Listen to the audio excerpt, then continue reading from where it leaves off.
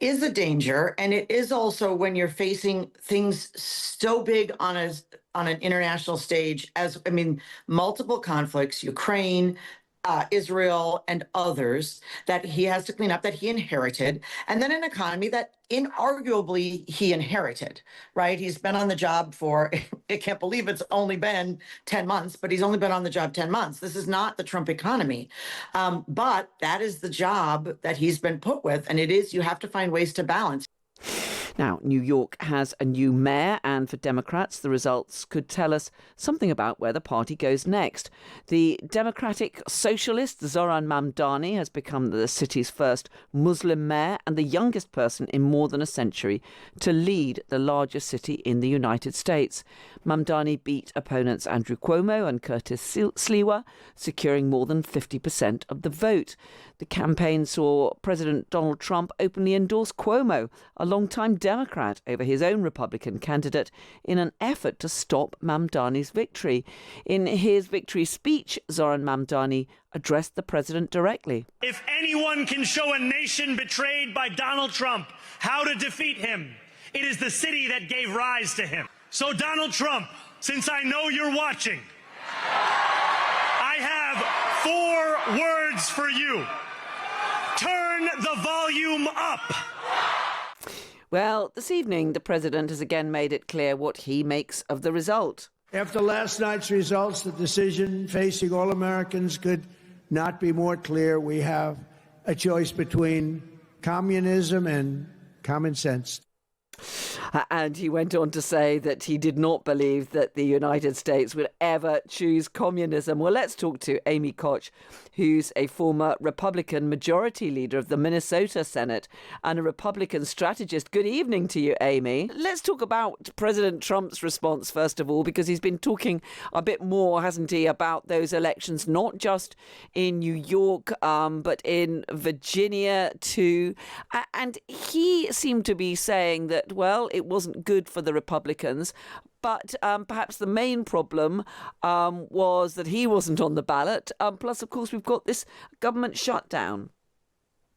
Well, that is a piece of it, right? Especially when you look at a state like Virginia. The northern part of Virginia, the most populous area of Virginia, is right up to Washington, D.C., and absolutely populated by federal workers who have now been in 30 plus days of layoffs. And certainly the shutdown plays into it, whether it's sort of the constant stories and the uncertainty around food stamps, SNAP benefits, and what people will be able to put on the table, those especially those most vulnerable.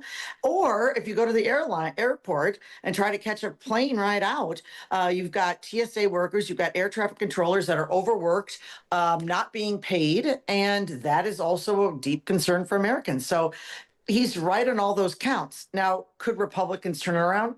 Sure, but they need to listen and hear what these elections are saying to them. And what do you think is the message that Republicans should take? I mean, New York, clearly it was always going to be a Democratic city. Zoran Mamdani is considered pretty left-wing even by many within the Democratic movement, but he clearly captured the mood of voters there in New York, didn't he?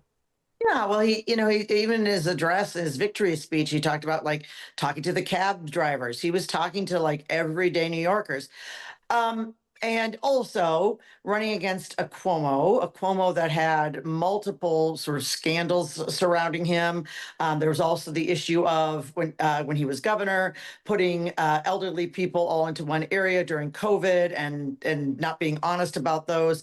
So his main opponent was incredibly flawed as well. But he's also very dynamic. I think President Trump is also correct in saying America is never going to choose communism. But certainly the new mayor is young and dynamic and a very skilled politician.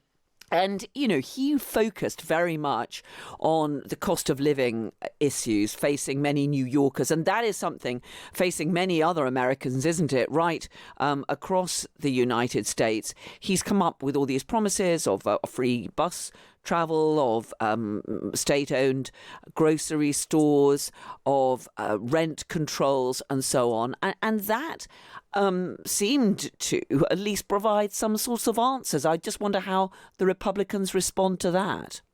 Yeah, I love how you said that because that's the thing, right? I don't agree with his answers. I don't agree with his solutions, but at least he's actually talking about it. And here, Republicans should take a page, but from what we learned about Joe Biden. If the economy is not good, address that and be honest with the public. Pretending like everything's good, telling folks that because of this indicator and because of that, the stock market numbers, that the economy is doing really great and they should be happy. It's like asking them to not believe their lying eyes. People know how they're doing. They know how their checkbooks are doing. They know what things are costing at the grocery store. And so you're better off being honest and forthright and then focused on those solutions. And again, even I do not agree with pretty much almost any solution that he came up with, but I can respect that he's at least talking about it and being real about it.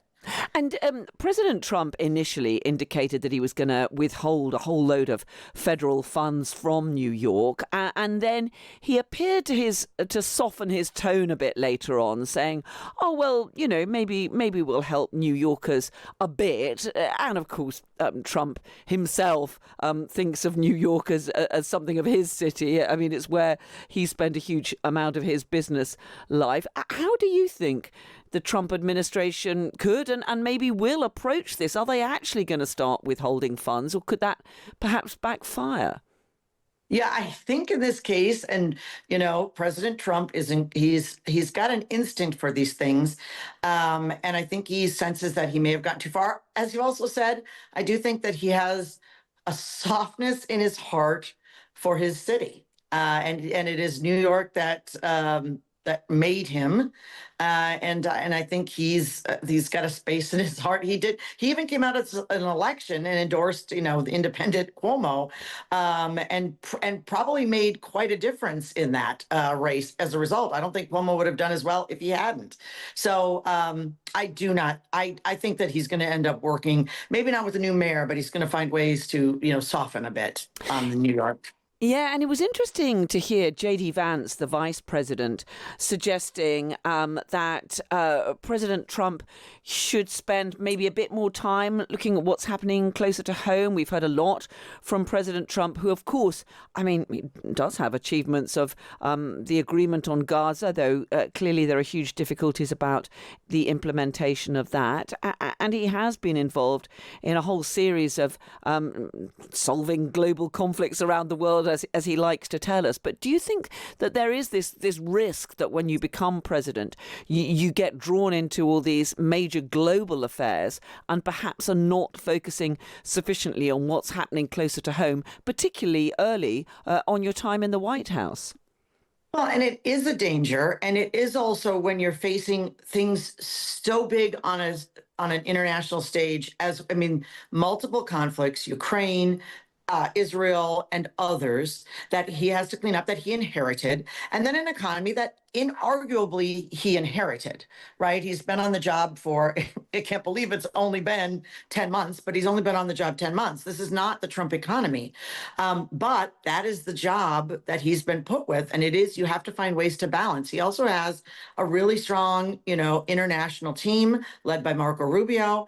And, I think this was a message to, you need to have attention on both, and just telling everybody the economy is great is not comforting. It's not helpful. You actually have to do things to, really make folks feel like the economy is going in the proper direction. And there's another interesting dynamic here, isn't there? Which is that Zoran Mamdani is very young. He's very new. He's seen as a disruptor, as something different. Trump used to revel in the fact that he was the one who was shaking up the system, who was the outsider, who was prepared to to do things differently. Perhaps this points to a longer term issue as to who is going to be the Republican candidate next time around. Of course, we don't know who's going to be the Democrat one either. But Mandani seems to have, for now, stolen that mantle. And then Trump maybe has to think about whether he's right to keep talking about this golden era of America when, as you say, there are many ordinary Americans who are struggling to make ends meet.